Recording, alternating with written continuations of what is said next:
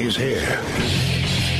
Now, broadcasting from the underground command post, deep in the bowels of a hidden bunker, somewhere under the brick and steel of a nondescript building, we've once again made contact with our leader, Mark Levin.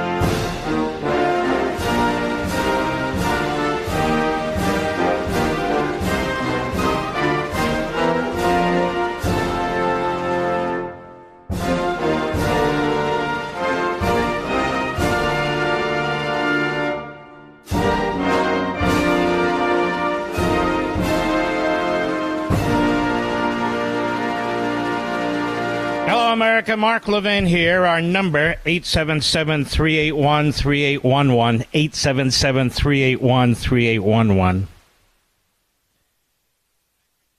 I imagine that you're really frustrated now. You're sitting there and you're listening, and the Speaker of the House says he wants an impeachment inquiry. This is something you and I have been calling for now for several months, actually.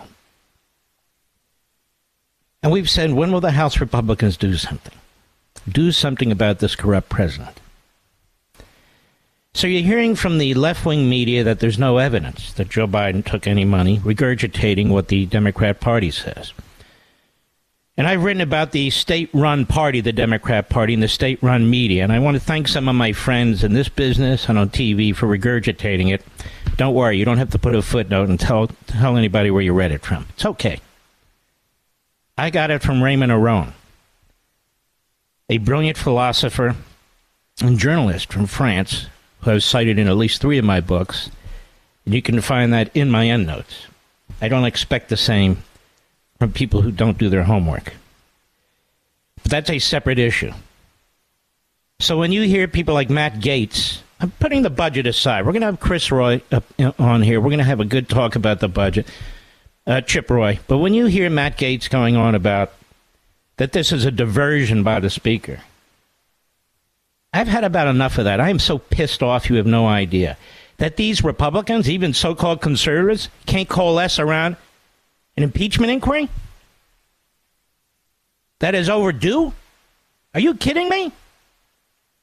I don't know what their agenda is. It's not a conservative agenda. That's number one. Number two, I am sick and tired of hearing people like Ken Buck and others say, there's no evidence of an impeachable offense. There's no evidence that Joe Biden took any money. The Democrat Party is saying this. The media is saying this. That's not the test for impeachment. And I would encourage James Comer. I want to encourage my dear friend Jim Jordan. I want to encourage, what the other guy's name? Smith of House Ways and Means Committee. You need to broaden what you're looking into here. Yes. Continue to look into what you are, financial crimes, profiteering, and so forth. But impeachment is broader than that, America. And here's where I want to provide you with information. Here's where I want to educate these members of Congress. The media are liars and they know it, but we'll educate them along the way, too. And Mr. Buck. And Mr. Buck. There have been great books written about impeachment. First one would be the Federalist Papers. Madison's Notes, that's pretty good. But impeachment goes back. Impeachment goes back to the British. It goes back to the Parliament versus the King. It goes back to a significant period of time. And this was argued, it was debated at the Constitutional Convention. Now, they never came up with a specific definition of high crimes and misdemeanors. But they certainly didn't mean solely and only crimes committed under the criminal code. There was no criminal code. They just formed the government. And so we're having an entire national debate on idiocy. And it's intentional. The state-run party, the Democrat Party, with the state-run media, pushing a narrative with the help of quislings in the Republican Party. First, some current history, American history. Donald Trump was wrongly impeached, and he was impeached twice, one on Ukraine, one on January 6th. Nobody said, where's the evidence? The evidence of what? But there certainly wasn't any money involved. There certainly wasn't any violation of the criminal code. They specifically impeached him on insurrection and sedition. One count. That was it. Rammed it through. The Senate couldn't muster the votes to convict him, so he was adjudicated innocent. But they still accuse him of it. But nonetheless, not my point. Bill Clinton, he was impeached, and the impeachment surrounded the issues of lying under oath and obstruction of justice. Andrew Johnson was impeached. Virtually every one of those 11 articles was based on the Tenure of Office Act. I don't have enough time tonight to get into this, because that was an unconstitutional law. But that's beside the point. So you actually have Andrew Johnson impeached on trumped-up charges. Bill Clinton was impeached for lying under oath and obstructing justice. Donald Trump was impeached twice on trumped-up charges. So where's the evidence, they say? Where's the evidence that Joe Biden got one penny? I even heard this on Fox and Friends today. Where's the evidence that he got one penny? There doesn't have to be any evidence that he got one penny. If he opened the door to his son having access to foreign governments, to foreign corporations, from which his son and son alone made $20, $30, $40 million. That is an impeachable offense. If he assisted his son in making those connections, and his son did not register under FARA, then actually he's a co-conspirator in that. Well, how did he know? It doesn't matter. That is an impeachable offense. When he violates our immigration laws, when he just wipes clean 700,000 cases for adjudication, when he keeps the border open, so fentanyl's coming into the country, so that murder that they just caught in Pennsylvania comes into the country, so God knows who's coming into the country, creating mayhem and anarchy in our cities and in our states, and certainly on the border, that is an impeachable offense. We're not talking about mere policy disputes.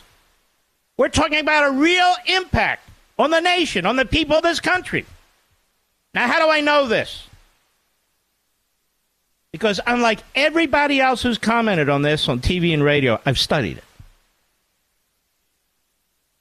Here, I'll give you a short lesson on this from the Congressional Research Service. Can't read it all. The debates at the Constitutional Convention over what behavior should be subject to impeachment focus mainly on the president. In discussing whether the president should be removable by impeachment, Gouverneur Morris argued that the president should be removable through the impeachable process, noting concern that the president might, quote, be bribed by a greater interest to betray his trust, and pointed to the example of Charles II receiving a bribe from Louis XIV. The adoption of high crimes and misdemeanors standard during the Constitutional Convention reveals that the framers did not envision impeachment as a proper remedy for simple policy disagreements with the president. During the debate, the framers rejected a proposal to include, in addition to treason and bribery, maladministration as an impeachable offense, which would have presumably incorporated a broad range of common law offenses. Although maladministration was a ground for impeachment in many state constitutions at the time of the Constitution's drafting, The framers instead adopted the term high crimes and misdemeanors from English practice. James Madison objected to including maladministration as grounds for impeachment because such a vague standard would be, quote, equivalent to a tenure during the pleasure of the Senate, unquote. I agree with that. But that's not what we're talking about. The convention voted to include high crimes and misdemeanors instead. Arguably, the framers' rejection of such a broad term supports the view that congressional disagreement with the president's policy goals is not sufficient grounds for impeachment. Fair enough. Of particular importance to the understanding of high crimes and misdemeanors to the framers was a roughly contemporaneous British impeachment proceeding of Warren Hastings. I'm not going to get into that in great detail. While evidence of precisely what conduct the framers and ratifiers of the Constitution considered to constitute high crimes and misdemeanors is relatively sparse, the evidence available indicates that they considered impeachment to be an essential tool to hold government officers accountable for political crimes or offenses against the state. James Madison considered it indispensable, I'm quoting him, indispensable that some provision be made for defending the community against incapacity, negligence, or perfidy of the chief executive. Boy, that sure fits. As the president might, quote, pervert his administration into a scheme of peculation or oppression, or betray his trust to foreign powers. Betray his trust to foreign powers. Alexander Hamilton, in explaining the Constitution's impeachment provisions, described impeachable offenses as arising from, quote, the misconduct of public men, or in other words, this is him, from the abuse or violation of some public trust. Such offenses were political, he said, as they relate chiefly to injuries done immediately to the society itself. Where's the evidence that Biden took money? Who cares? That's not the test. These political offenses could take innumerable forms and simply could not be neatly delineated at the time. At the North Carolina Ratifying Convention, James Iredell, later to serve as Associate Justice of the U.S. Supreme Court, noted the difficulty in defining what constitutes an impeachable offense beyond causing injury to the government. For him, impeachment was, quote, calculated to bring offenders to punishment for a crime which is not easy to describe, but which everyone must be convinced is a high crime and misdemeanor against the government. The occasion for its exercise will arise from acts of great injury to the community. Thought the president would be impeachable for receiving a bribe, of course, or, quote, acting from some corrupt motive or other, but not merely for want of judgment. For some corrupt motive. Similarly, Samuel Johnson, then the governor of North Carolina and later the state's first senator, thought impeachment was reserved for great misdemeanors against the public. These are offenses against the public that they were concerned about. At the Virginia Ratifying Convention, a number of individuals claimed that impeachable offenses were not limited to indictable crimes. For example, James Madison himself argued that were the president to assemble a minority of states in order to ratify a treaty at the expense of the other states, this would constitute an impeachable misdemeanor. Hey, Joe Biden is essentially entering into a treaty with Iran. He's not even trying to organize a minority of states. He's doing it on his own in violation of the treaty clause of the Constitution. Oh, Mark, come on. And Virginia Governor Edmund Randolph, who will become the nation's first attorney general, noted that impeachment was appropriate for a, quote, willful mistake of the heart, but not for incorrect opinions. In other words, if you're intentionally letting fentanyl into this country, you don't have to actually sign off on people bringing it into the country, but if you're aware that your policies are resulting in 100,000 Americans dying every year, fentanyl coming into the country, that's an impeachable offense. James Wilson, delegate to the Constitutional Convention from Pennsylvania, by the way, and later a Supreme Court justice, delivered talks at the College of Philadelphia on impeachment following the adoption of the federal Constitution. He claimed that impeachment was reserved to political crimes and misdemeanors and to political punishments. He argued that in the eyes of the framers, impeachments did not come within the sphere of ordinary jurisprudence, in other words, ordinary criminal law. They are founded on different principles, are governed by different maxims, and are directed to different objects. Thus, for Wilson, the impeachment and removal of individual did not preclude a later trial and punishment for a crime. The great Associate Justice Joseph Story, who's looked to often because he's written so brilliantly about the Constitution, his writings on the Constitution echo the understanding that impeachment applied to political offenses. He noted that impeachment applied to those, quote, offenses committed by men, public men, in violation of their public trust and duties that are often political. And like Hamilton, Story considered the range of impeachable offenses, quote, so various in their character, so indefinable in their actual involutions, that it is almost impossible to provide systematically for them by positive law. Now, that's what high crimes and misdemeanors is all about. There's ambiguity, but not so much ambiguity that it is unclear that Joe Biden, in his violation of Supreme Court orders, in his violation of immigration practices resulting in the death of Americans, and I could go on, should have been impeached a long time ago. So to hear this guy Gates in the, this is a distraction. Read your damn Constitution, Mr. Conservative. I'll be right back. Mark Levin.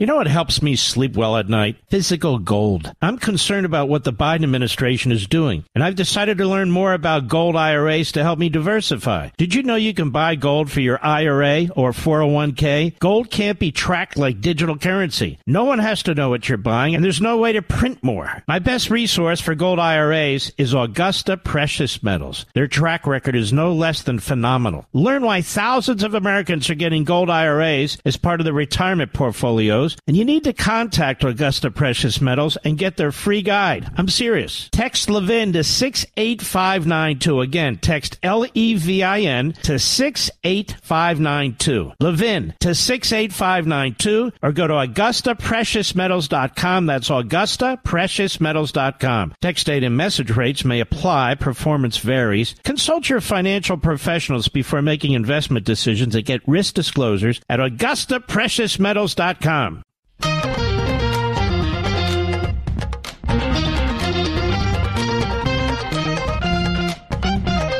These Republicans, everywhere you look, they're stupid. On the Senate side, they're about to sell out the country on spending.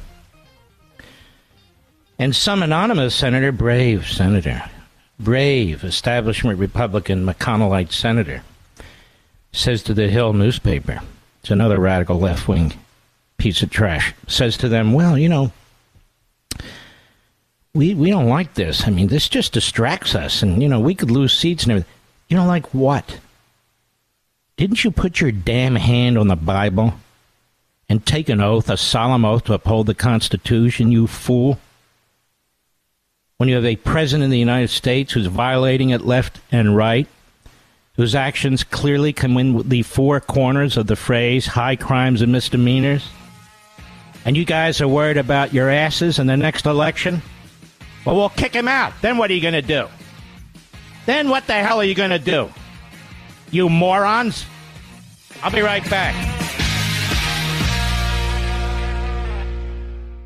You know what helps me sleep well at night? Physical gold. I'm concerned about what the Biden administration is doing, and I've decided to learn more about gold IRAs to help me diversify. Did you know you can buy gold for your IRA or 401k? Gold can't be tracked like digital currency. No one has to know what you're buying, and there's no way to print more. My best resource for gold IRAs is Augusta Precious Metals. Their track record is no less than phenomenal. Learn why thousands of Americans are getting gold IRAs as part of their retirement portfolios, and you need to contact Augusta Precious Metals and get their free guide. I'm serious. Text Levin to 68592. Again, text Levin to 68592. Levin to 68592, or go to AugustaPreciousMetals.com. That's AugustaPreciousMetals.com. Text date and message rates may apply. Performance varies. Consult your financial professionals before making investment decisions and get risk disclosures at AugustaPreciousMetals.com.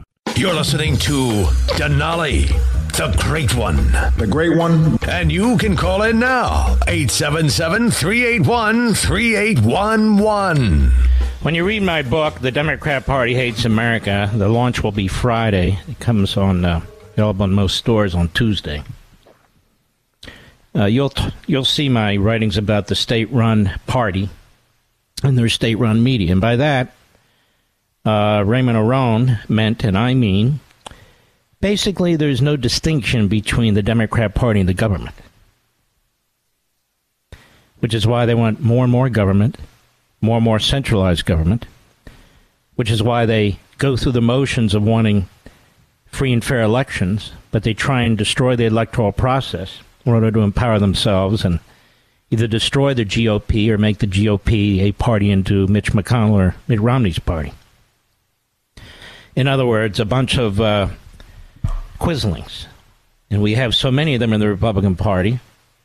See, it's not the goal of the Republican Party to transform America fundamentally and turn it into a Marxist American form of paradise. That doesn't mean that party is without fault. It's a quizzling party. It's a party with fools as leaders. Look at the Senate. What the hell has the Senate done? What have the Republicans done? But not just leaders, rank and file. You know, these conservative.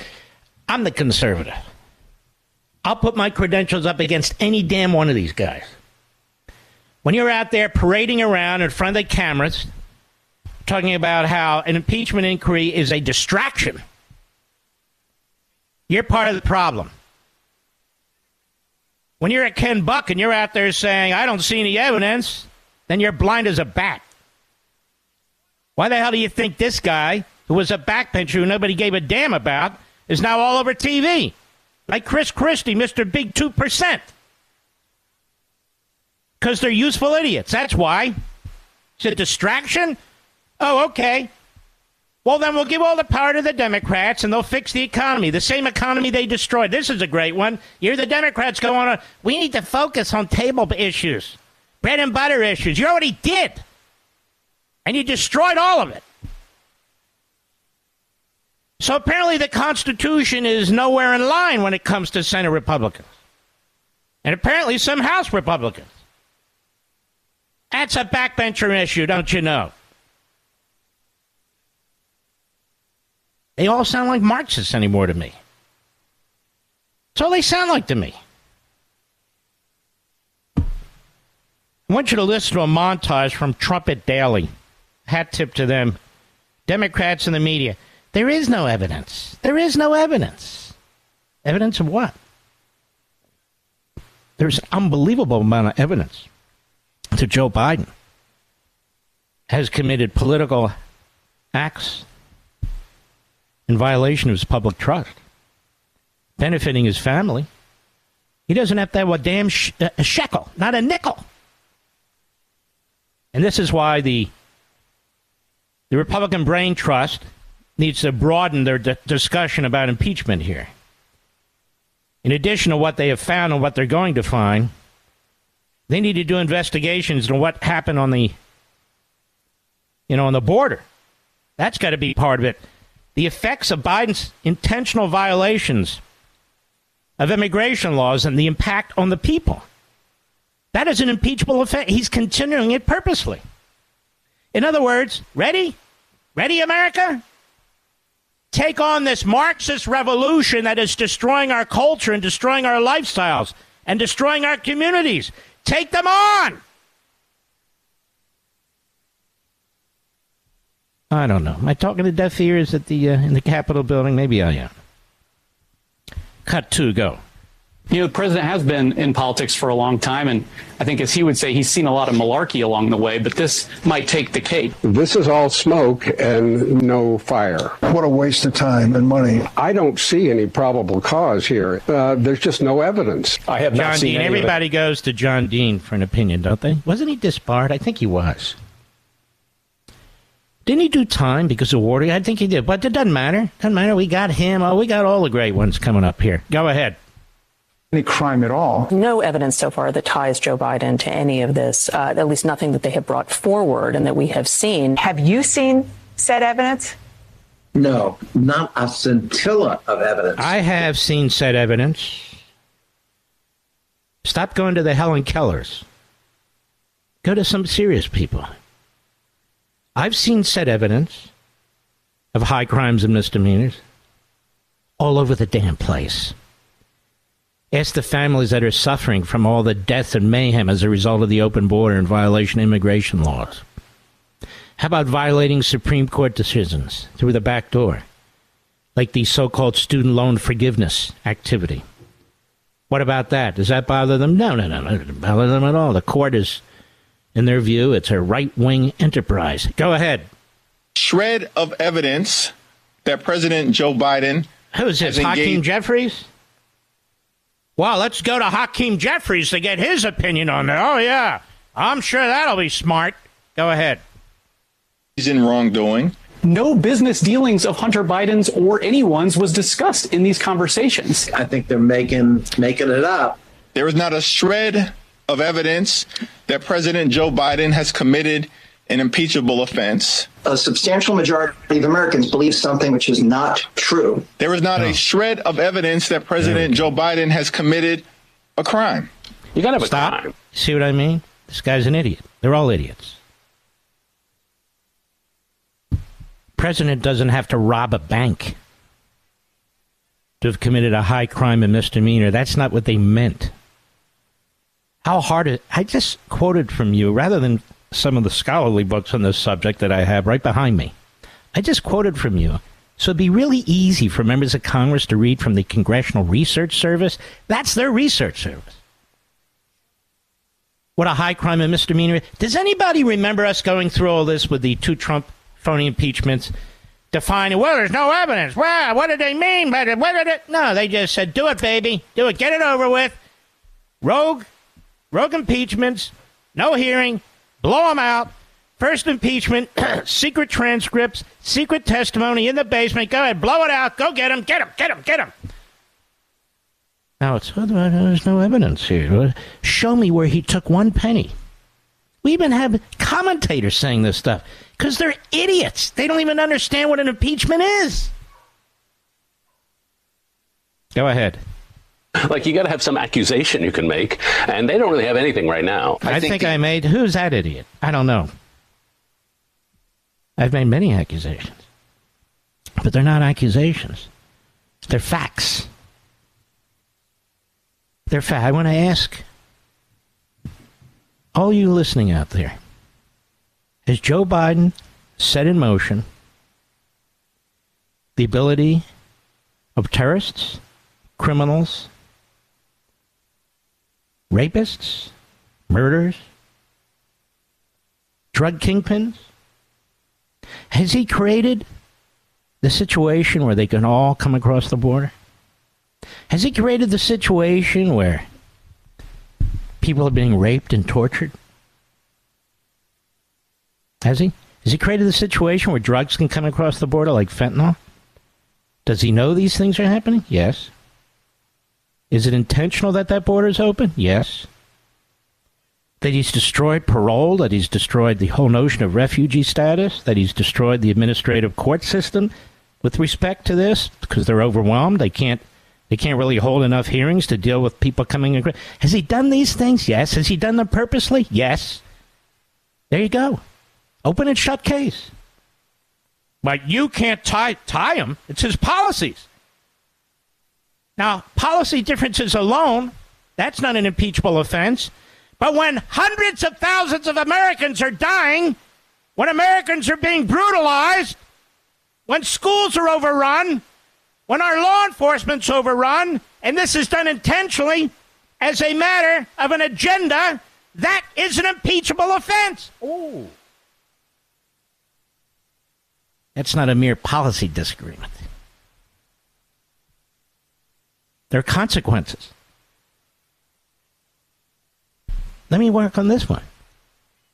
The fact that Joe Biden opened doors to his son, whether on Air Force Two, whether taking calls on the speakerphone, whether having dinner with his business partners, and all the rest of it.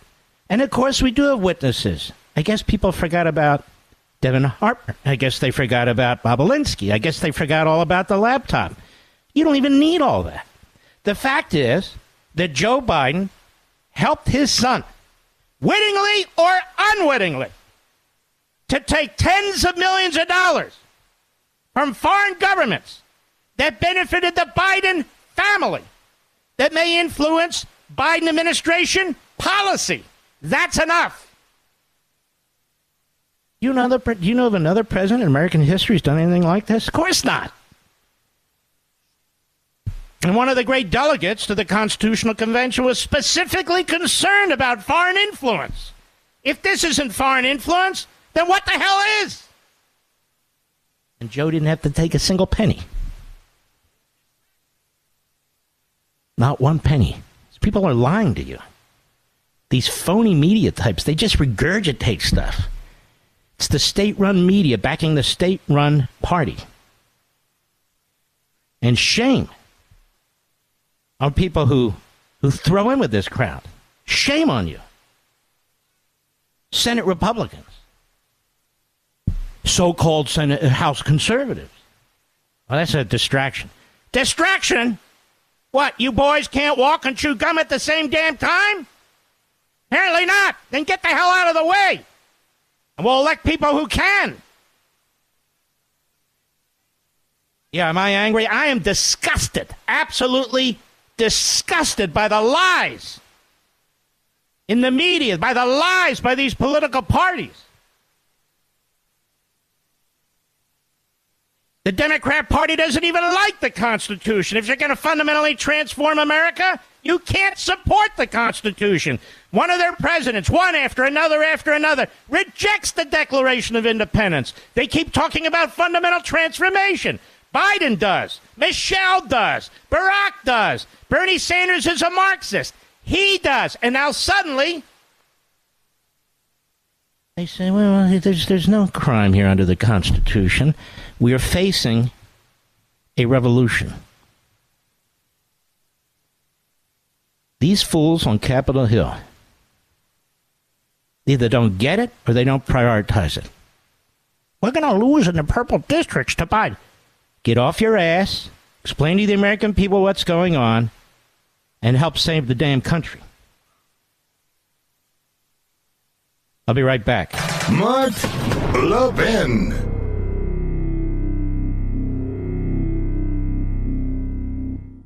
You know what helps me sleep well at night? Physical gold. I'm concerned about what the Biden administration is doing, and I've decided to learn more about gold IRAs to help me diversify. Did you know you can buy gold for your IRA or 401k? Gold can't be tracked like digital currency. No one has to know what you're buying, and there's no way to print more. My best resource for gold IRAs is Augusta Precious Metals. Their track record is no less than phenomenal. Learn why thousands of Americans are getting gold IRAs as part of their retirement portfolios, and you need to contact Augusta Precious Metals and get their free guide. I'm serious. Text Levin to 68592. Again, text LEVIN to 68592. Levin to 68592, or go to AugustaPreciousMetals.com. That's AugustaPreciousMetals.com. Text date and message rates may apply. Performance varies. Consult your financial professionals before making investment decisions and get risk disclosures at AugustaPreciousMetals.com.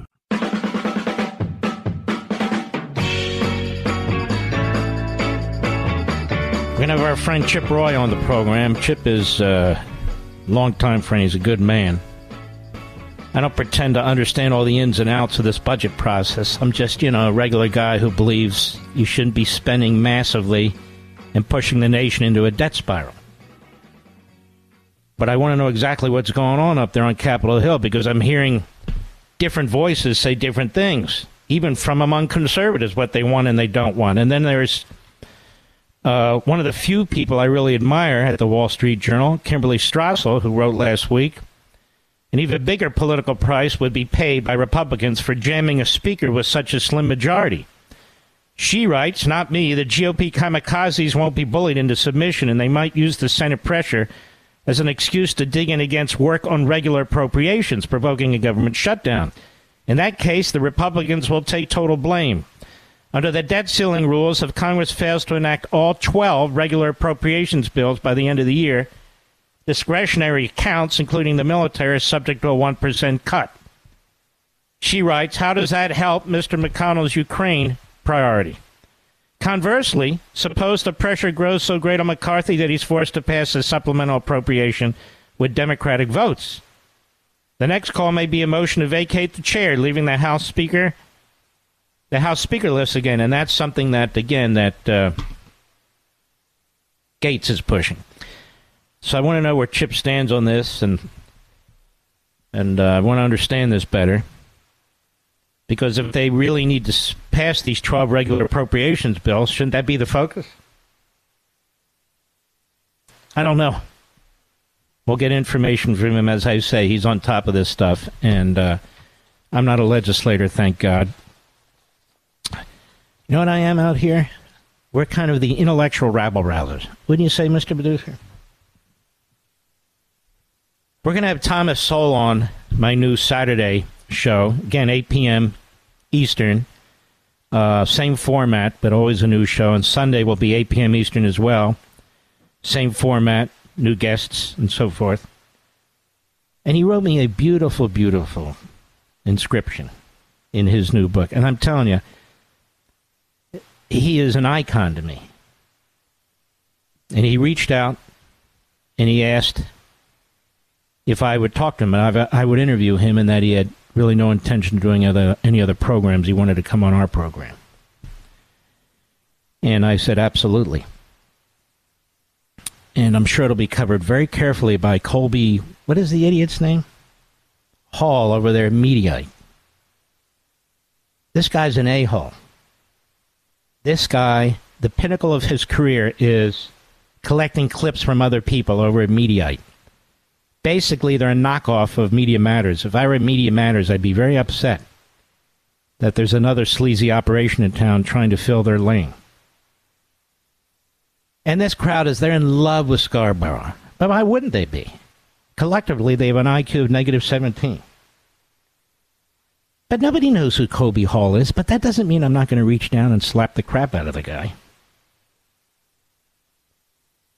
He's got a pathetic life. Can you imagine? This is what you do every day? What he does? And it's just another Democrat conga line of low IQ, prepubescent morons. He's a comic book character. That's all he is. Colby Hall. I've made his name known more than anybody else. Certainly more than him. Does anybody know who he is? Anybody know if he's ever said something intelligent? The answer is no and no. More on Colby in the future, I'm sure. I'll be right back. This segment of the podcast is exclusively sponsored by Pure Talk. Pure Talk offers great coverage and can save your family money on your wireless bill every single month. Go to puretalk.com to find the plan that's right for you. Thank you again for listening, and thank you so much for this sponsorship, Pure Talk. He's here. He's here. Now, broadcasting from the underground command post, deep in the bowels of a hidden bunker, somewhere under the brick and steel of a nondescript building, we've once again made contact with our leader, Mark Levin. Hello, America. Mark Levin here. Our number, 877-381-3811. 877-381-3811. It's a pleasure to have my buddy Chip Roy on. Chip, how are you? Mark, I'm doing great. How are you, my friend? I don't know. I'm ticked off about everything. You want to know the truth. But anyway, Chip, can you explain to we the people in plain English this budget issue? What's going on in the Senate? What's going on in the House, please? Yes, I can. Now, I said I was doing great. Now you're gonna drag me down by having to talk about this because come live in my world. Go ahead. Amen, brother. Look, here's the deal. We set out obviously early this year, worked to deal with the speaker. We thought we should be spending at a level that would be pre-COVID level spending. Try to give a shot to increase defense a little bit, get the bureaucracy back to pre-COVID, 2022 levels. Well, debt deal was cut. It was a higher level. I didn't like it. Fast forward, now we're in a question of how we're going to fund government by the end of September. We passed one appropriations bill in July, part of the defense package, and now we've got the defense bill that was supposed to be on the floor this week, and we don't have full agreement. Here's why.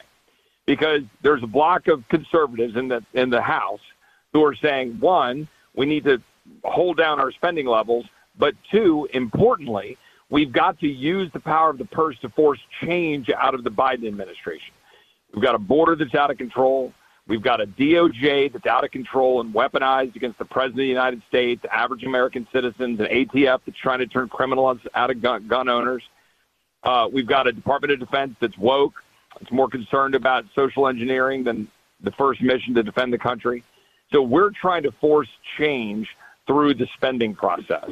And that's what's at stake right now. And look, some of us are just saying, guys, we're not going to break. We're going to hold the line and say that we've got to get changes out of the Senate and the president. And that's what's currently being debated as we speak. What are the Republicans in the Senate doing? They're utterly useless. I mean, look, the House is having the debate that needs to be had. We don't always agree on it, but we're having the debate that needs to be had. The Senate is being utterly useless, other than a handful of champions there, obviously led by Mike Lee, who are trying to do the right thing. Most are already pre-capitulating. Mitch McConnell is trashing Tommy Tuberville for daring to stand up for life and holding up these nominations at DOD, and he's already trying to preemptively surrender on the spending fight. So the Senate is not helping. We're trying to hold the Senate accountable and say, guys, we're going to keep fighting in the House. And you know what, Mark, you and I lived through 10 years ago when I was Ted Cruz's chief of staff to fight over Obamacare. And I've had some of my colleagues say, oh, my God, you know what happened after that? It was terrible. So wait a minute. Hold on. What was terrible? In 2014, Republicans gained 14 seats to get to 247 and gained 9 seats in the Senate, the largest Republican majority since 1929. Part of that was because Ted Cruz stood up and fought against Obamacare and showed that if we stand up, people will be inspired. That's what we're trying to do now. I think part of the problem is, and I'm having trouble understanding, what exactly is the position that conservatives are coalescing around? Is it the border? I mean, in addition to cutting spending, what is it exactly? The border, the Department of Justice? What is it? So, great question. In part made more difficult because of how bad this administration is at war with all of us on, in many ways, an existential fight. We are saying that we should be securing this country first. The first order of government is to secure the blessings of liberty, right? And they should secure us. They should secure our border. The military should be doing its core responsibility. We are saying that do those things, fund those things, and that's what we'll do. Yes, the border is the tip of that spear. I'm a Texan. Yesterday, they reported 9,000 encounters.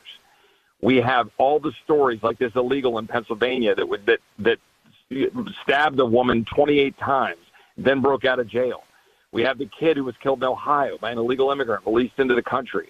We have, Mark, you're going to believe this, the Inspector General, 60,000 releases a month, and the Inspector General found that of 1 million released between 21 and 22 for over 15 months, 177,000 of them gave false addresses and multiple addresses at like bus stops and all sorts of things. We have no idea where they are.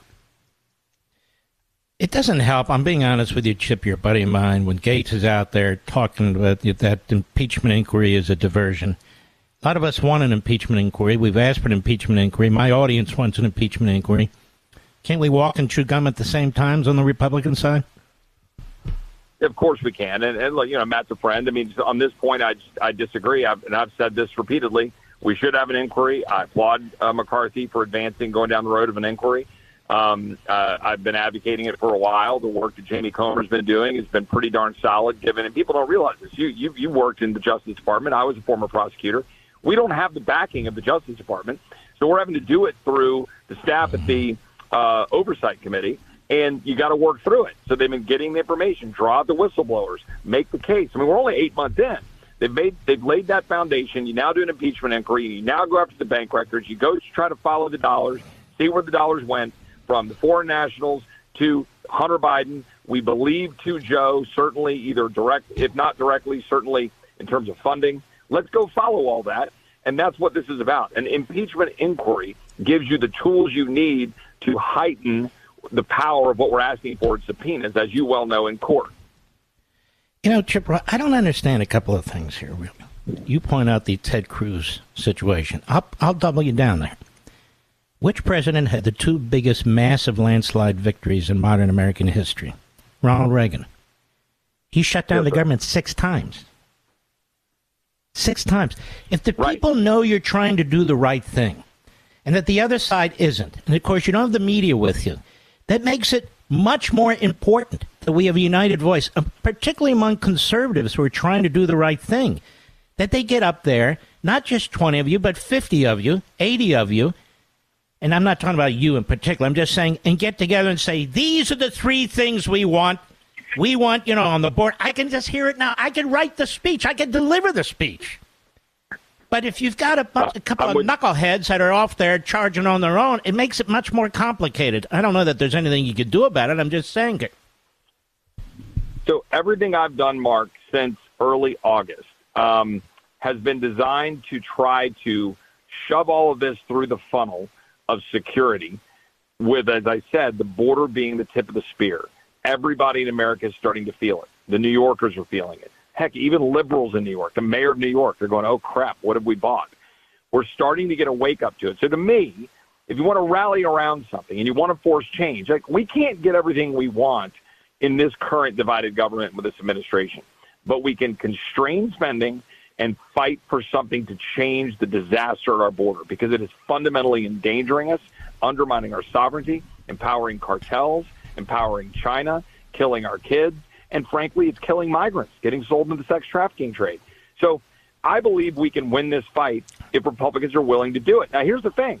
I was at a Republican lunch today, and I was having to make the case, and the response was always, Chip, but what'll happen? We'll get blamed. I'm like, no kidding, we'll get blamed. I'm so sick of it. Hold on. Can I just interrupt you a second? Do they understand on the issues the American people are with us? And that rather than allowing the Democrats to use your usual Marxist, BS about how little kids are going to go hungry and seniors are going to go without, why don't we get out there and say we're the ones that want to prevent what's going on the border? We're the ones who want to prevent the Democrats from destroying, home ownership and pushing interest rates higher and so forth and so on. Why don't we take what the American people are telling us they don't like about what the Democrats are doing and rub their noses in it as a group? Amen, Mark. And I'm working to try to get us to some sort of unified position to do that. And stated even, I'll go even further. But not only are the American people with us, the whole point here is in a republic, we're leading. Even if they weren't with us, we should do the right thing. But they are with us. So, gosh, you got all the wind in your sails. The American people want leadership. They want it to secure the border. They want their defense to be focused on guns and bullets and boats and planes and people trained to fly those things and not training to be, transsexual or something. We've got people who want us to actually reduce spending and constrain spending instead of a $2 trillion deficit. We've got people who want the Department of Justice to focus on fentanyl and gangs and cartels and criminals and not let criminals on the street rather than targeting Scott Smith in Loudoun County or Mark Houck in Philadelphia or former President Trump. They want us to do our damn job. So why don't we just campaign and run on those things and then do something about it? To me, it's like abortion. The Democrats want abortion right up to the point of birth. Americans do not. We never said that. Correct. I got chapter and verse of them saying that and voting for it. I don't know why I don't know. How do these people get elected? I thought, aren't they like the pinnacle of politicians? They get elected, and now it's, I'm afraid. I'm afraid. You're afraid of what? I don't get it. I honestly don't. I'm not a politician. I just don't get it. Well, the good news, that let's venture into positive land. The 20 of us that were on the floor in January, and there were differences of opinion and all that, but we forced some reasonable change. We've gotten some really good things. H.R. 2 was a great border bill. Limit State Grow was a great spending bill. Unfortunately, we didn't stick with it. We got a great bill in the National Defense Authorization Act, which got rid of transgender surgeries and abortion, all this stuff. Good bills. When we're united, we're doing a good thing because of the work we're doing. So let's just take stock that there are some of us who are trying to move the needle and force these guys to have to answer. And you know what? It is working. I'll tell you, Mark, they're a bit in a little bit of a Gordian knot. They're kind of tied up on themselves because we're highlighting that, guys, when you vote to fund these things, you're voting for that stuff. You're voting to give money to Merrick Garland to go after Scott Smith and, Mark House or the former president. You're voting to give Alejandro Mayorkas more money. You're voting to give them the ability to let 9,000. But let's make something clear, because I know you got to run. Yep. The majority of the Republicans in the Senate are supporting exactly that, aren't they? Schumer has run in circles around these guys. Yep. He's going to break the ceiling that you guys negotiated a few months ago. He's adding more crap to it. McConnell, who really should not be the leader anymore, but the guys behind him are no better. They are supporting this. Yes or no? Yes. And we've got to break the back of Republican senators as much as we have to break the back of Democrat senators, and that's just the stark reality in Washington. And that's what makes it so damn tough, quite frankly, because the pressure's always on the upward side and never on the downward side. There's no reason the Department of Justice should be having the money that it has. None. No reason the FBI should have the money it should. Look, I used to work there. I don't care. Yep. There's no reason they should. If you're not going to let the Border Patrol do its job, well, then what are we paying all this money for? I don't even know. We're going to have 80,000 new IRS agents. The Senate's signing off on all this stuff, the Republicans. Somebody asked me the other day, a caller, Chip, would I support renewal of the Patriot Act? I said, I supported it originally. I absolutely would not. Unless there's a fundamental change where there's some kind of check and balance and so forth and so on. Because if we rubber stamp that thing, they'll use it even more because they'll see there's no downside to it. I want to catch terrorists as much as the next guy. But we didn't always have the Patriot Act. And unless they come forward with some kind of a Patriot Act that I can really understand, that has some checks and balances, that has something going on, where it can't be turned against a presidential campaign or American citizens, oops, 1 million monitorings, we made a mistake. Now, that's not acceptable. Where do you stand on that? Well, look, I mean, that's a whole other conversation, for a longer time. I agree. I don't know are we running out of time? Because look, no, I'm not, but I'm concerned that you have to go. Well, I've got to go give a speech at a thing, but look, here's what I just want to make sure your listeners are left with. They need to turn the heat up on their senators and their members of Congress. They have to, because right now is the time. We lost our leverage last December with the omnibus that the 17 senators sold us out on. We now have to work within the confines of the debt ceiling deal to try to hold spending in check to go fight for them in the border. We can't wait 18 months for, God willing, a President DeSantis, Trump, or someone else to be in here to save the country. We have to do it now. So we've got to turn the heat up on these guys to check them in order to do our job. That's the main thing that we need right now. How much time do we have? No time, right? We got to get on with it now. We got to get on with it right now. I mean, that's the thing. The leverage point we have is this spending fight right now. It's the only leverage point we have for the next year. Yeah, we have a few, like FISA reauthorization. We might be able to check the Department of Justice you were just talking about. There's a couple farm bill, but none of those have to be dealt with. The funding fight, this is the fight. It's the only real fight for the next 15, 16, 18 months until the presidential election is adjudicated. So we've got to do that now. And again, you want to inspire people to show up to the polls, fight for them. But we can't just keep rubber stamping the same crap in Washington and hand it over to the Democrats just to keep doing what they're doing. They made felons out of people for simply having a pistol break. 100%. Seriously, yes, you've got to fight that. All right, man. By the way, how you feeling these days, may I ask? I don't get to talk to you unless you're on the radio, No, we can talk anytime, brother. Done. How are you feeling? You good? Good enough. Let me put it that way. All right, my man. We love you. By the way, when did you get that goatee? I grew that out during the pandemic, and everybody I saw said I looked better with it, which I didn't take offense to. They just wanted me to cover my face. I said, look, I got a face for radio. Oh, that's what I got. Excuse you. So do I. All right. Take care of yourself. Thank you. God bless, brother. You too. Bye-bye.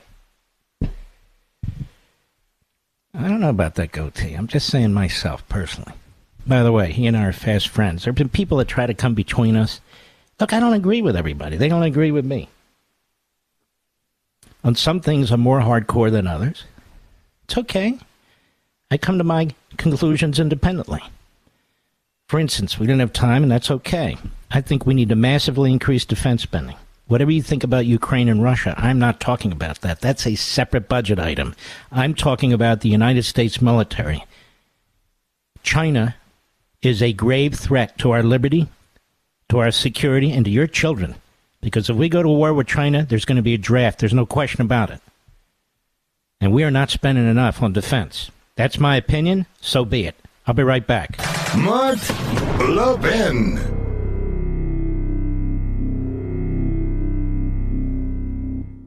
Is your cell phone in desperate need of replacement? You know the signs, right? Short battery life, so you have to have a charger on hand. Cracked screen that gives you glass splinters. Ouch. It's time to put that old phone to rest and upgrade to a new 5G Samsung Galaxy from Pure Talk for free. Get a free 5G Samsung Galaxy with 2-day battery life, edge-to-edge display, and ultra-strong Gorilla Glass when you sign up for Pure Talk's unlimited talk, text, and 15-gig data plan for just $35 a month. Plus, it comes with mobile hotspot. Get all the data you could ever need for half the price of the big carriers on America's most dependable 5G network. Make the switch to my cell phone company, Pure Talk, today. Just dial pound 250 and say Mark Levin for your free, super durable 5G Samsung Galaxy when you switch to Pure Talk. Dial pound 250, say Mark Levin. Pure Talk, simply smarter wireless. Well, here we are. It's a good man. Look, there's a lot of good people up there. Just not enough of them, quite frankly. I think many senators are very lazy. They enjoy being called a senator. They enjoy being treated like some kind of conquering heroes. They have an arrogance about them. They have a smugness about them. You can see it every time McConnell has a press conference when he's not staring into oblivion. Most of the men standing around him, and women, are exactly that way. The female senator from West Virginia who inherited her power from her daddy. Alaska, there's another female senator who inherited her power from her daddy. These are very smug, arrogant people. It's much easier. You know, if Richard Nixon had been a Democrat, he never would have had to resign. Now, you know how I know that? Because Franklin Roosevelt, John Kennedy, Lyndon Johnson did what Richard Nixon did times 10 with the IRS, the FBI, and later with the CIA. Is your cell phone in desperate need of replacement? You know the signs, right? Short battery life, so you have to have a charger on hand. Cracked screen that gives you glass splinters. Ouch. It's time to put that old phone to rest and upgrade to a new 5G Samsung Galaxy from Pure Talk for free. Get a free 5G Samsung Galaxy with 2-day battery life, edge-to-edge display, and ultra-strong Gorilla Glass when you sign up for Pure Talk's unlimited talk, text, and 15-gig data plan for just $35 a month. Plus, it comes with mobile hotspot. Get all the data you could ever need for half the price of the big carriers on America's most dependable 5G network. Make the switch to my cell phone company, Pure Talk, today. Just dial pound 250 and say Mark Levin for your free, super durable 5G Samsung Galaxy when you switch to Pure Talk. Dial pound 250, say Mark Levin. Pure Talk, simply smarter wireless. This is where Hollywood liberals come for rehab. The Mark Levin Show is back at 877-381-3811. I want to have a little heart-to-heart with you, my radio family, and I really feel that way. I know when I write a book like this, The Democrat Party Hates America, and put a title on a book like this, that I'm putting a target between my eyes and on my back. I know that there are friends, both in the media, think tanks, other organizations, that are afraid to get involved. For a variety of reasons, some legitimate, some not legitimate. I understand that. I also understand, it's already begun, that I will come under attack because the very people who I expose in their institutions,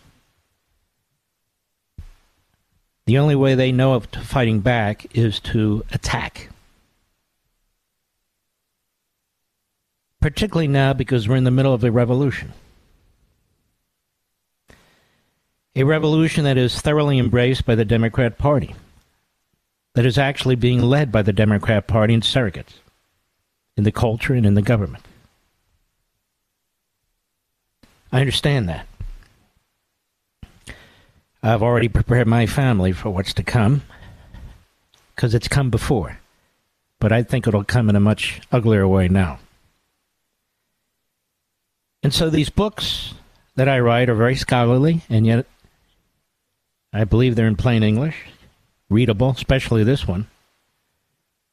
You will see them come at it and claim it lacks scholarship, it lacks intelligence, it lacks this, it lacks that. I would implore you to ignore them. These are hitmen and hitwomen for their revolution and for the Democrat Party. Corporatists are going to be very concerned about this. We're going to find out how many businesses that are in the business of selling books, whether they're independents or chains, are prepared to put this book out front for everybody to see, or whether they're going to hide them in the boxes or on the back shelves.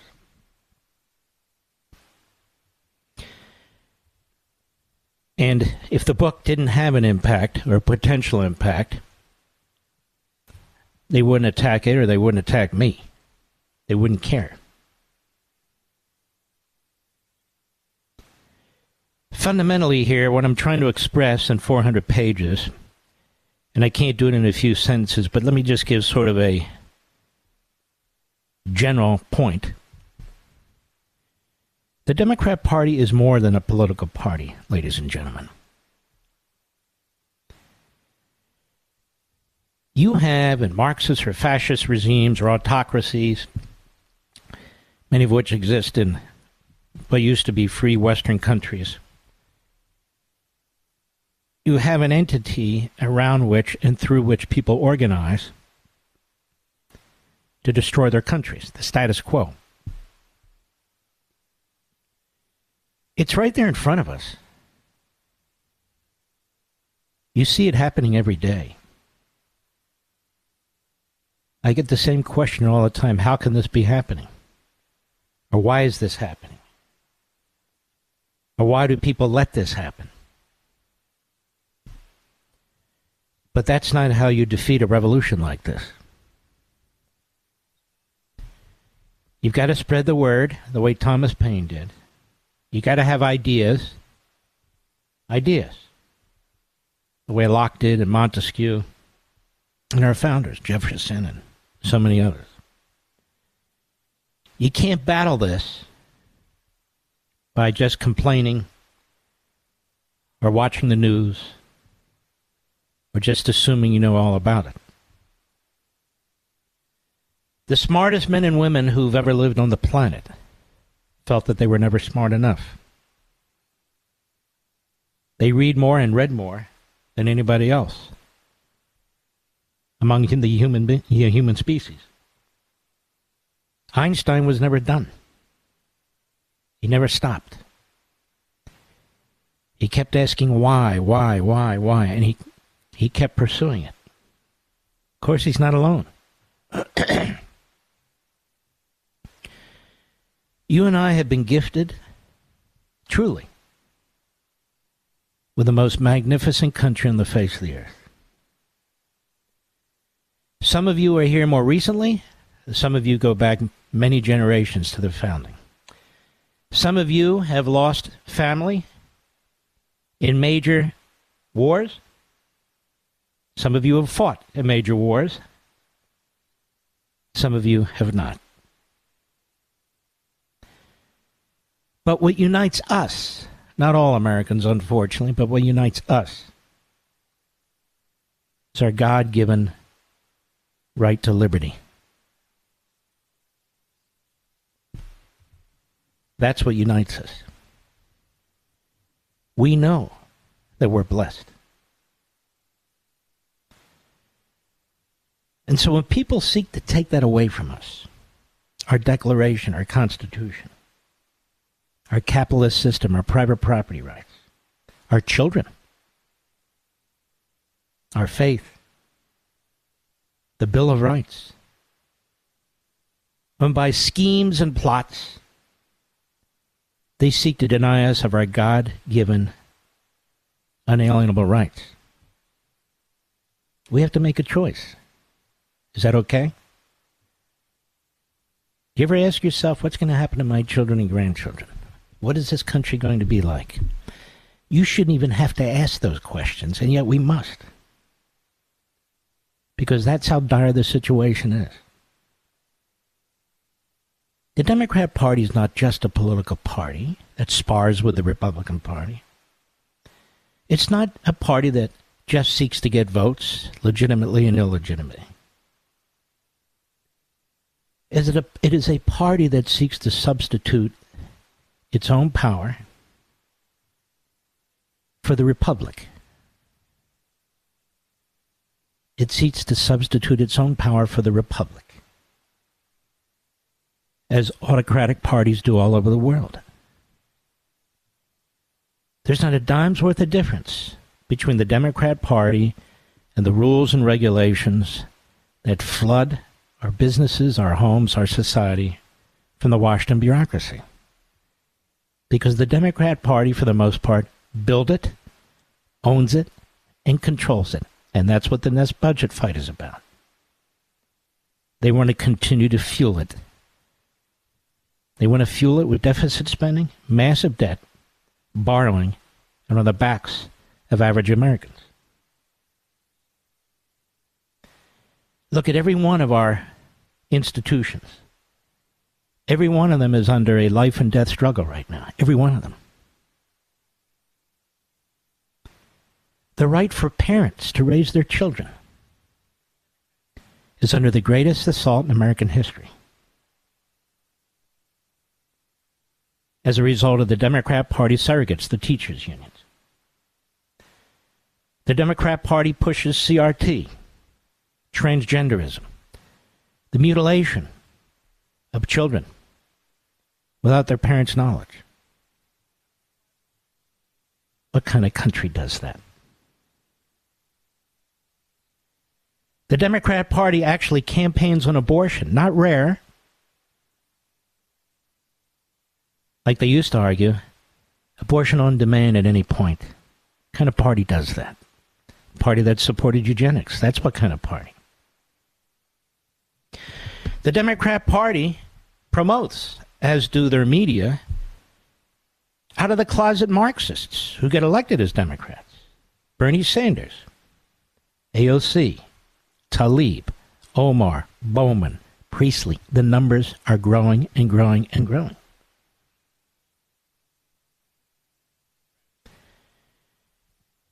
The Democrat Party is responsible for what's going on the border. It's a man-made human disaster. And while a few of them complain, they have the power to put a stop to it, and they won't. The Democrat Party has done what most autocratic regimes do. They take over their judiciary and they go through the motions of having trials with radical judges, phony juries of your peers, or prosecutors who do what they're told to do by the regime, like taking out an opponent of the present regime, sending them to prison for the rest of his life if they can. A trial that's commenced in 5 months with 12.8 million pages of documents. So the Democrat Party is really not even about elections. Now, it wants to win all elections. That's why it wants to destroy our voting system. That's why the first chance it got during the virus, the pandemic, in the blue states and the purple states, they moved in breakneck speed to change the voting laws. So you couldn't even catch them if they were committing fraud. Eliminating voter ID, eliminating signatures on absentee ballots and dates, voter harvesting, where you're counting votes after the fact, votes a month before elections, where you're counting votes before the elections. Every conceivable road to fraud is taken and then legalized. And so you have the courts, most of which are occupied by like-minded activists, but not exclusively, who throw the cases out of court, and then you have the conga line of people saying, well, all these cases were bought and they didn't find any fraud. Wow. It's the only election in American history where there wasn't any fraud. And it had the least amount of security measures of any national election in American history. It's amazing, isn't it? So you cannot discuss tyranny and totalitarianism. You cannot discuss eugenics and slavery. You cannot discuss segregation and Marxism. You cannot discuss the destruction of our economic system, your way of life, the impoverishing of people who were henceforth self-sufficient. You cannot discuss this and 1,000 other things without attributing them to the Democrat Party. And that's why this book and I will come under attack. This book formally is available next Tuesday, 6 days from now.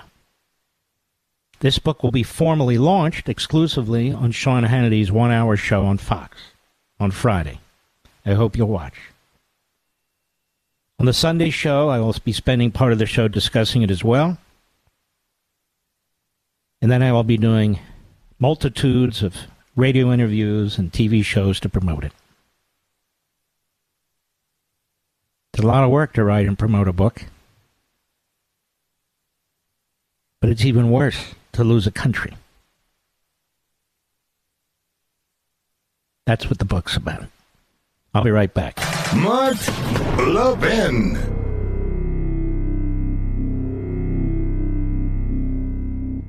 Is your cell phone in desperate need of replacement? You know the signs, right? Short battery life, so you have to have a charger on hand. Cracked screen that gives you glass splinters. Ouch. It's time to put that old phone to rest and upgrade to a new 5G Samsung Galaxy from Pure Talk for free. Get a free 5G Samsung Galaxy with 2-day battery life, edge-to-edge display, and ultra-strong Gorilla Glass when you sign up for Pure Talk's unlimited talk, text, and 15-gig data plan for just $35 a month. Plus, it comes with mobile hotspot. Get all the data you could ever need for half the price of the big carriers on America's most dependable 5G network. Make the switch to my cell phone company, Pure Talk, today. Just dial pound 250 and say Mark Levin for your free, super durable 5G Samsung Galaxy when you switch to Pure Talk. Dial pound 250, say Mark Levin. Pure Talk, simply smarter wireless.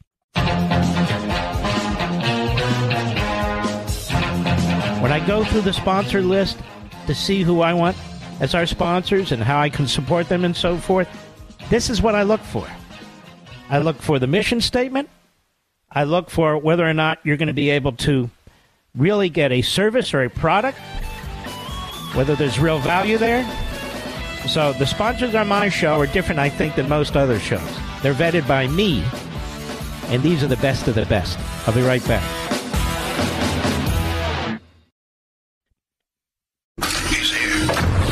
He's here. Now, broadcasting from the underground command post, deep in the bowels of a hidden bunker, somewhere under the brick and steel of a nondescript building, we've once again made contact with our leader, Mark Levin. Hello, America. Mark Levin here. Our number, 877-381-3811, 877-381-3811. It is amazing how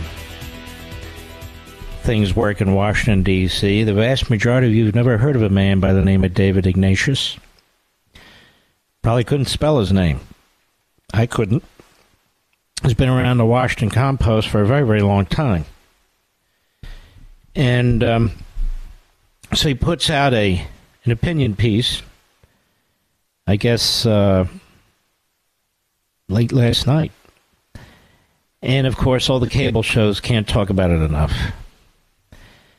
And it's a piece that says, you know, Joe Biden, you've been the greatest president, really, almost of any president.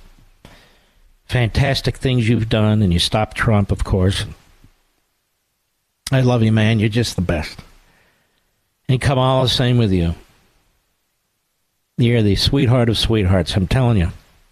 You're just fantastic. You're the best there ever was. But I, David Ignatius, columnist, left-wing hitman, mouthpiece for the ruling class Democrats, who never really worked a day in my life, as I sit here as a catcher and catch whatever you have to leak, I think it's time, Joe, and you and Kamala, take a bow. Maybe get the Medal of Freedom. Nay, the Medal of Honor, maybe. And don't run again. And don't run again. You see, Joe, the polls aren't adding up. Too many people think you're too old. And too many people want somebody else. And so I've got a number of ideas, Joe. Look at yourself in the mirror. Let's be honest with yourself. Almost 70% of Democrats think you're too old. Not just Fox News, mind you. Those reprobates. No. But fellow Democrats, fellow party members, comrades. And unfortunately, Kamala, whom I say again I love, she's quite the sweetheart. Her numbers are lower than yours. So my fear is, you see, that you might lose. And if you lose, well, we'll have Trump the dictator back, and God knows what will happen to the country. And so some of my conservative friends have surmised that David Ignatius is the canary in the mine. And this is leaked to him, and he regurgitates it, and then it's picked up by others, and then it's safe to say these things, you see. Now, even though people at Fox have been saying this for some time, we know we can't trust them. We don't want anything to do with them. But, Joe, I beg you, I'm looking you in the eyes, Joe. I'm here on the Scarborough show, you know.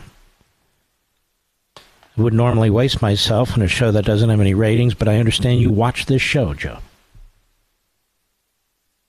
You watch this show with Mika and Joe. And so I'm here. I'm here to tell you that please have a conversation with yourself. Of course, he always has a conversation, but no.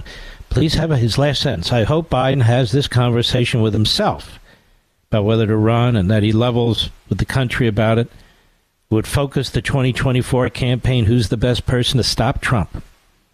That's all. We need to stop Trump. Now, we don't think all these indictments might stop him. I mean, we hope they do. We're working on Section 3 of the 14th Amendment. We have all kinds of goons and clowns out there bringing lawsuits and pressuring to take Trump off ballots. We've got our Democrat DAs, and where else? Manhattan and Atlanta working hard. We've got Jack the Ripper Smith. He's doing his thing as best he can. We've got Judge Tanya Jackson. She's the best judge we could find, Joe. And, of course, there's Merrick Garland, who's really the chief of the cover-ups and the head of the Stalinist regime that seeks to take out Trump. But it might not be enough, Joe. Joe, the people may see through this. Despite your spectacular successes, the people might see through this. Now, Joe Scarborough, who has been a mouthpiece for Joe Biden, Well, he kind of agreed. But before we get there, I just want to show you what a chameleon Joe Scarborough is. Here's the morning schmo. Cut 21, Mr. Producer. And this is just a couple weeks ago. Cut 21, go. Well, and again, they cut clips short. They get him just when he's bowing his head. There's no context. And you're right, it's the whataboutism. Yes, Donald Trump may have tried to steal elections. He may have tried to destroy democracy. He may have unleashed an angry mob to beat the hell out of Capitol Hill cops. He may have stolen nuclear secrets. He may have done it. But look at Joe Biden. He's so old.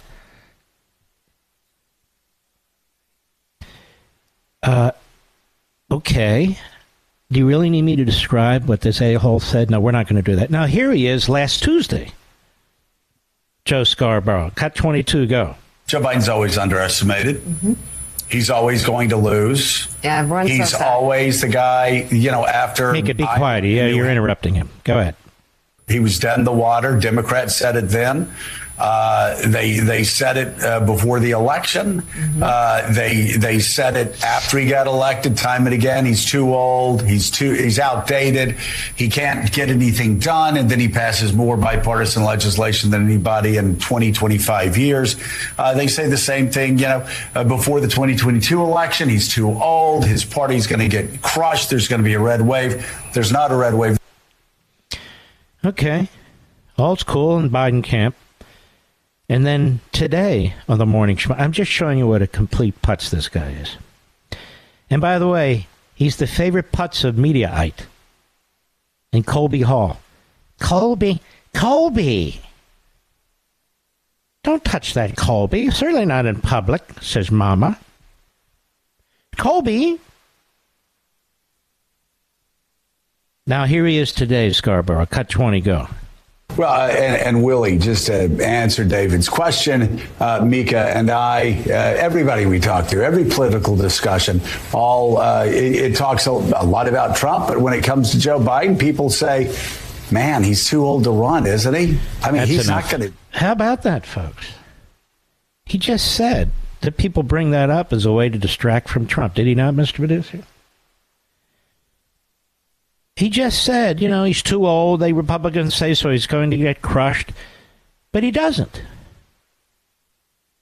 There's no red wave. Didn't he just say that the other day, Mr. Producer? And then today he says, everybody tells me he's too old. Everybody tells me, Joe Scarborough, that you're a moron. But everybody's right sometimes, and I think they are there. So what's he talking about? He's talking about what I summarized as the David Ignatius article. And everybody needs to talk about this article. It's very important. Because when David Ignatius writes something, everybody reads it except you, the American people. You don't give a damn about David Ignatius. You don't give a damn about the Washington Compost. But the people inside the Beltway, oh. Margaret. Yes, don't you remember when we had David over the other weekend? Oh, yes, I do. And you served him his favorite green tea? Yeah, yes, I do. Yeah, absolutely. And the apple Danish that he likes, don't you remember? Yeah, oh, yes, I do, Margaret. Yes, absolutely, 100%. But did you see what he wrote in the Washington Post? Oh, yes, I did. I saw what he wrote. Well, up until the moment I read that article, Margaret, it was all in for Biden. But now, because David Ignatius wrote this piece, now I got to give it a second thought. So in other words, before Ignatius wrote this piece, Biden wasn't old. Biden was the most competent president in modern American history. Biden can whip Trump. They're mocking Biden, but Biden is a man of enormous talent. And then David Ignatius writes this piece, and wow, wait a minute. David Ignatius said what? It's like Confucius says.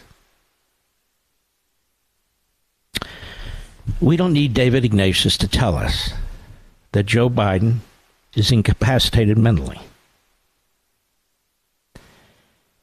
And that the Democrat Party really doesn't care. The Democrat Party doesn't care if we actually have a republic. They don't really care if we have a constitution. Ask the people of the 1619 Project or the CRT folks. It's all corrupt. It's all white supremacy. They don't care about the economy. They hate capitalism. Ask their favorite economist, Bernie Sanders, what he thinks of capitalism, the open borders and so forth. Look, my view has been that they'll get behind Biden. He'll get elected if they can. This is their thinking, not mine. And then they'll remove him and replace him. Now they're afraid he can't get elected. You want to know why? You want to know why? Because they think Trump's too strong, or even anybody else, for that matter, like a DeSantis. I mean, how hard is it to debate a department store dummy?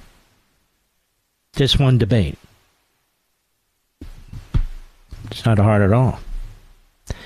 And notice this clown David Ignatius doesn't list the horribles here.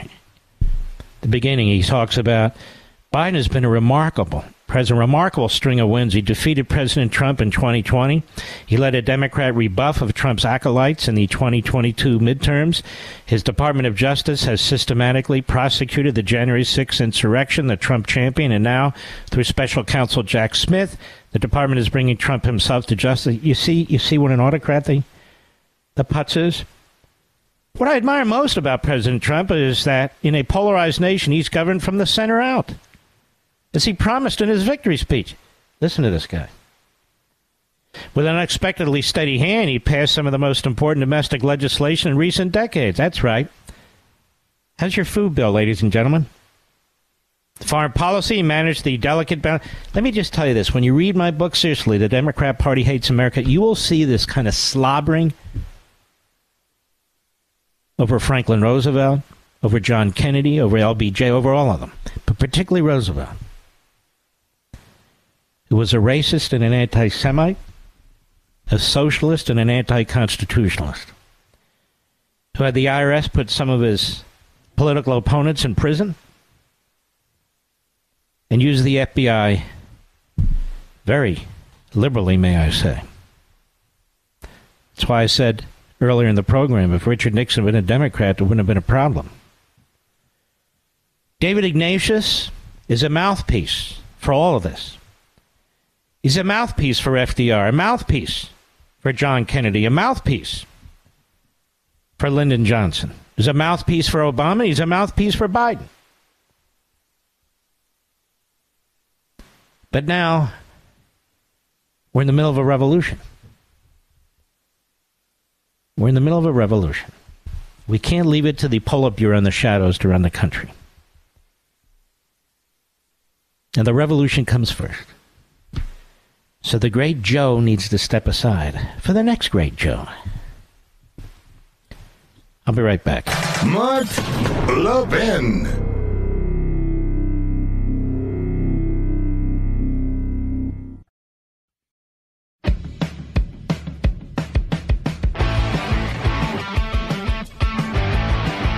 You know, it's always an honor to talk to my buddy Dan Bongino. We don't get to talk as much as I'd like. He's got a fantastic radio show and a podcast and all the rest of it. And he's written a great book, The Gift of Failure. And I'll rethink the title of it if this book fails, Dan Bongino. Dan, what caused you to write a book like this? Well, you know, Mark, listen, nobody knows the book business better than you. I mean, you're an iconic guy. I mean, Liberty and Tyranny probably was like the manifesto for the Tea Party movement. You know, I got an advanced copy of your new book. Democrats do hate America, by the way. It's up there with Liberty and Tyranny. But you know, with the book business, it's amazing, and I'm grateful you're coming on my show next week to talk about it. My audience is already looking forward to it.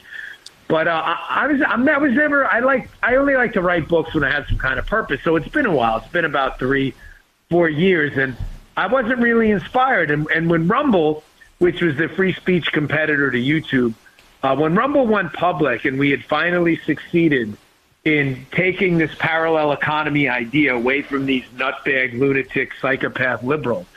And we finally took it to the public stock markets for $1 billion valuation. It's a funny story. I'm walking out of the NASDAQ, and it's raining, and I'm talking to my wife, and I'm getting all these tweets from crazy lunatic liberals. I may have been off their meds or something. And they're like, look at this loser, Bongino at Rumble. He ran for Congress and law. What a loser.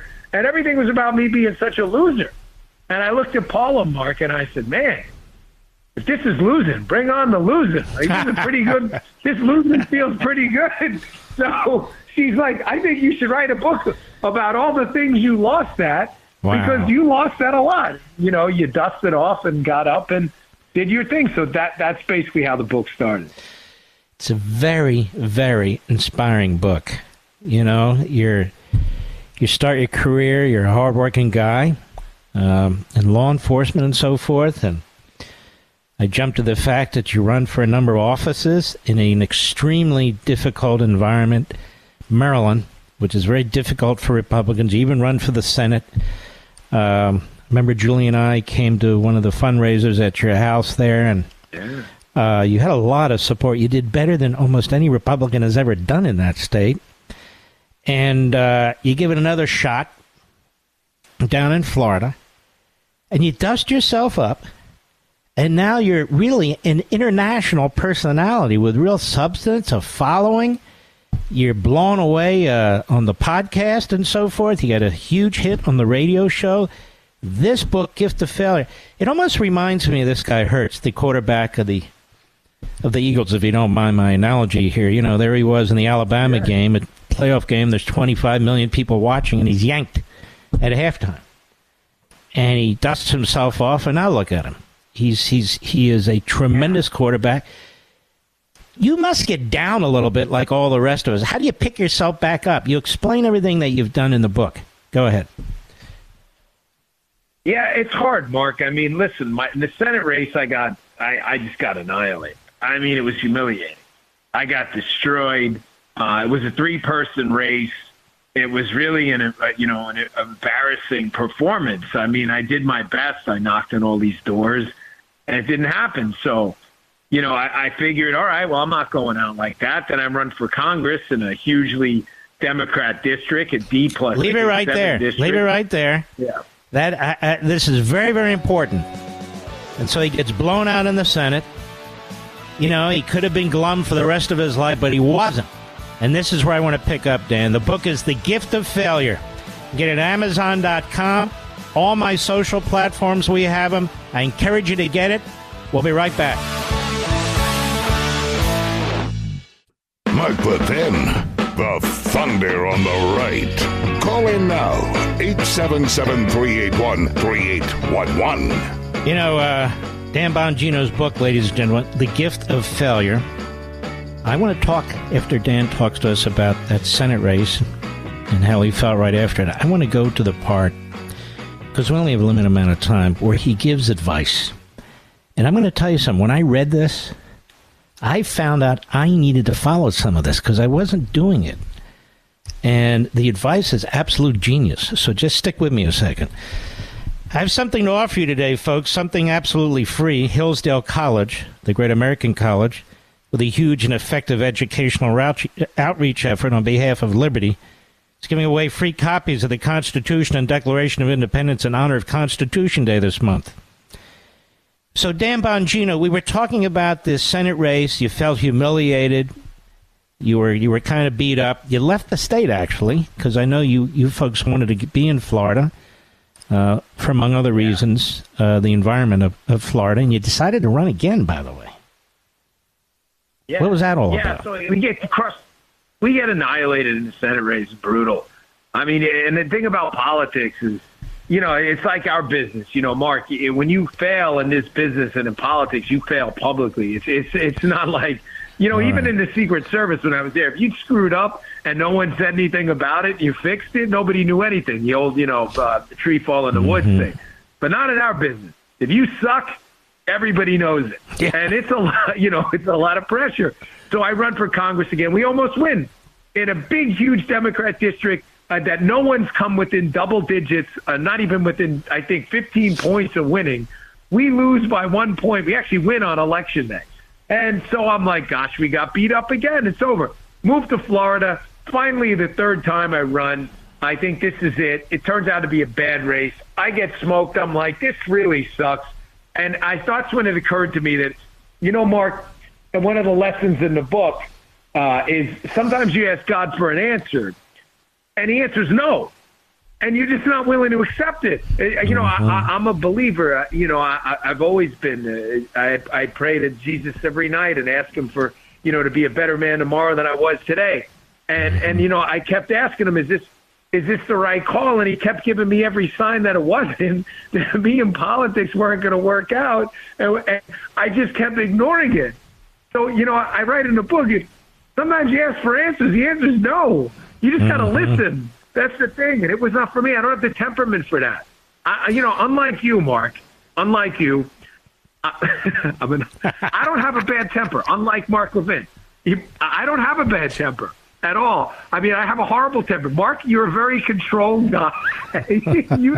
So I don't have the patience for that bull stuff. I just don't. Right. So that's how I got into talk radio with you. I mean, with you and Sean. That's in there too. Like, I wouldn't have been doing this without you and Sean. I mean, that whole story, how it started, is in the book. I mean, I have this show right now, 12 to 3. We lost your great friend, Rush Limbaugh, who I had never met and I could never, ever replace in a quadrillion years. But, I'm in the spot. I enjoy it. But I'm only there because of you and Sean. And you guys are very humble about it. All right, listen to me. You're way too gracious, number one. Number two, when I got into this business, I said to Rush, how the hell am I going to follow you and Hannity? And you know what he said to me, Dan Bongino? Hopefully I said it to you. But nobody's heard from you. Nobody's heard from Dan. Those are words of wisdom. I've never heard that. It's incredible. Words of wisdom, but I'm glad you just said that. Because it makes me feel better, because Mark, I feel guilty. You're not replacing anybody. You're Dan Bongino. I know, but I feel terrible about it. Because obviously having gone through cancer myself with, not the same result, I just, when you grow up a fan of people, it's different. Like, I listen to what everybody listened to. Rush, Sean, and Mark. I mean, that's been the last 20 years of radio. If you didn't listen to Rush, Sean, and Mark, you weren't a conservative. You were living on Jupiter or something. Like, that just didn't. I don't mean Jupiter, Florida. I mean the like that didn't. You guys were it. I mean, that was what you did. You listened for 9 hours. Sometimes you tuned in and out, but that was it. And then when he left, we still have you two guys, but it just left this big hole. And I mean, I get it. It's nothing I or anyone else could have done. It was God's time, and that's it. But when you grow up a fan of someone, it's just. I don't know, man. It's just different. Like, I'm on the radio thinking to myself, I don't want to listen to me. I'd rather listen to him right now. Like, I don't. But listen, I obviously I can't speak for him, but I was very close to him. I think he'd be very, very proud by what you do each and every day on the air. Carry the flag, push for liberty. On the back of your book, the book is The Gift of Failure, folks. It's really a very easy to read book, and it is filled with gems here. I mean, I really had to dig through in order to decide what I wanted to talk about. I get to the afterword here, and you posted something, and then you go back to it at the end of the book, and you have these just a couple of paragraphs, really, of really brilliant advice, and you say, look, I learned this the hard way. But you have advice here that I still haven't followed that I need to follow. For instance, let's go through a couple of these. Number one, grit and determination are far more determinative of success than intelligence, looks, or athleticism. Said, I've met a lot of very smart people who stumbled and simply failed to get up. The world is littered with gifted people who failed to get up after the fall. They don't see failure as a gift to learn from, but an insurmountable obstacle. Look around you. You'll see those people everywhere, and you'll never unsee it. And then look at the gritty people. Chances are they've had incredible failures before their most profound achievements. That is brilliant. And when did you start following that advice? Or not advice, but when did you start following your own advice on that? Well, I was sick when I wrote that. I was really sick. I had some stuff going on, and I was in really bad shape. And I was sitting in my house, and I thought, gosh, if I can only talk to my younger self right now. Because, when you're sick, you're bored because you can't go contaminate other people. So I'm sitting there, and I thought to myself, what would I tell my younger self? And I thought that. I mean, Mark, you and I have had the honor, due to our great audiences, some of which overlap, I'm sure a lot of it. These people have been there for us, and they've enabled guys like you and me to be around very successful people. They did this for us. And I learned this. I'm like, I'm talking to people who are annoying. And I'm not just talking about political people and business people. I'm talking about athletes and other folks, entertainers. And you notice they almost have nothing in common. They're not all good looking. They're not all smart. They're not all athletic. They just all have this one trait. They'll tell you 25 stories about getting told no before they got told that I called a big yes. Some radio station said, hey, Mark, you're going national, buddy. Like, they think this happens overnight. And it doesn't. I mean, you can tell stories, because I've heard your stories. Me and you are friends. This didn't happen overnight. Like, it was this station, and then there was a big success here, and then boom, all of a sudden, like, this opportunity. And everybody's, oh, my gosh, Mark Levin, overnight success. I always say, yeah, I'm an overnight success. Took 12 years. I mean, 12 years of overnight. I mean, none of this stuff happened. I mean, Rush passed way too quickly, and someone called me and said, hey, man, it's your turn. That didn't happen overnight. I had to build this enormous podcast first. I had a guest host for you, for Sean. I had to not embarrass you guys. And I thought, it's all grit. Like, it's grit. I'm not the smartest guy. Believe me, I'm at the median. I'm not dumb, but I'm not going to sit here and tell your audience, hey, I got a 1,600 on my SAT. I didn't.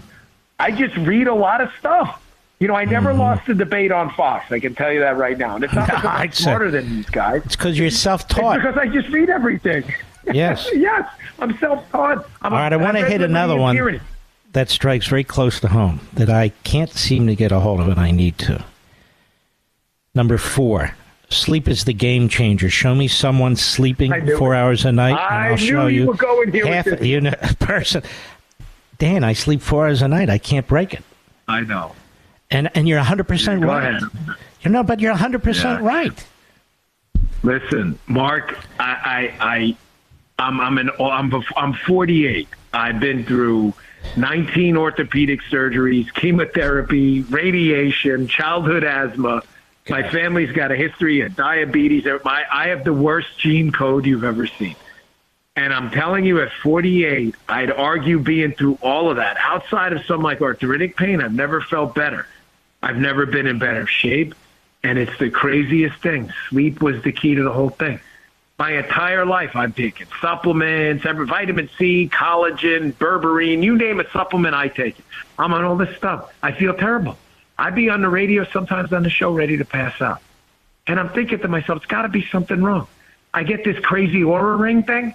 I start monitoring my sleep. I was sleeping like a dog. I mean, and I figured, you start figuring out tricks. Once you master sleep, change your whole life. Your entire life will be different. You will never be the same person again. And if you think I'm overselling that, I did not put it in a book for nothing. Go get yourself one of those sleep monitors. Figure out your sleep. You'll be a changed person. I mean it. I mean, it was so important. I put it at the end of the book. And I know it is. And it creates problems for the heart. And I will tell you something I haven't told anybody. Now I'll tell the whole world. I had the Inspire product put in my chest with a wire up to the back of the throat because of sleep apnea, because I wasn't going to wear those damn masks. I don't know. Julie might be mad at me for talking about it, but I'm talking about it. So I do it all the time. Paula gets mad at me for everything. Yeah. I share way too much with you. But, Mark, that's why. But you have to understand, that's why you're the most powerful talk radio host in the country. But, that people want to feel like they know you. They don't want to feel cheated. So when I'm on the show, I learned how to be a radio host from this cat named Mark Levin. I mean, I listened to you for years. So I tell everyone, everything I learned on the radio, I learned from you. Everything. everything. You're a sweetheart. Allegiance to the Constitution. Nah, man, it's true. It's true. And you're, I don't mean it to be a love fest because but it's just true. Why not? Wait, I have one in 5 years because I'm not in love with anybody else. I'll tell you the truth, except my own family and wife. All right, let me ask you this one. This is, I think, a very, very important one, which we're basically doing here. Choose your friends wisely. That is so crazy. You don't have to have a lot of them, you say, but have. And by the way, I met two of your friends at a restaurant when I was in Florida a month or two. Nice people. Nice people. They loved you, Mark. So, yes, choose your friends wisely. It's at the end of the book. You do not need a lot of friends, folks. I don't have a lot of friends because, Mark, I don't know if I don't want to overshare, but I think like you, I don't trust a lot of them. I'm sorry, I've been burned a lot. So I just don't let a lot of people in my network. But the people I let in, who I know I can trust, like that guy, the orthodontist you met, who said you could not have been nicer. He's like, Dan, Mark Levin is the nicest guy. He ran into, I know the restaurant, too, because I'm going back there in a couple of weeks. Great restaurant. And that guy's the greatest guy. I met him. He was a parent of one of my daughter's schoolmates, and we go on vacations together. And Mark, I'll tell you, and I mentioned in the book at the end with choosing your friends that you sometimes you can't rely on family. So sometimes they'll let you down too. But if you can have a friend to vent and unload all this stuff on, and and he just gets it, and it's not a labor to talk to them. You're not like, you don't have to think of something every 2 minutes. You can actually just sit there quiet once in a while. That is worth billions of dollars in income to your life. What it would give you an equivalent value is nothing like it. So you don't need a lot of friends. You just need some darn honestly, Dan, I wish we had an hour because I love hearing you. I love talking to you. You have tremendous insight, life experiences, but you got a very good noggin on top of your shoulders there. Very, very smart dude. You really are. And self-taught in many ways. I know I am. Most things I learned, trust me, I didn't learn in college and law school. I had to forget most of that. But you, it's really genuine. And folks, I really want you to grab this book. It's going to make a difference. The Gift of Failure, and I'll rethink the title if this book fails, by Dan Bongino. The Gift of Failure by Dan Bongino. And the other thing you are is you're a tremendous patriot. And Dan, I want to thank you for your friendship. I want to thank you for your decency and your kindness. And I want to thank you for this book. Folks, get the book and grab it now, The Gift of Failure by Dan Bongino. This is a very different book. And God bless you, my brother. Hey, Mark, you're a good man. And, I know you've got a lot going on. And for me to come on your show and for you to let me do this, it's an honor. Forget it. It's an honor. You're a good man. I wouldn't have wrote the book without you, man. Well, I wouldn't have been here without you. And your audience needs to know that. We're going to have to meet up in Florida, all of us. Take care of yourself, brother. He's great. He is exactly as he sounds. There's no affectation, nothing. He's just a great guy. I'll be right back. Mark Levin.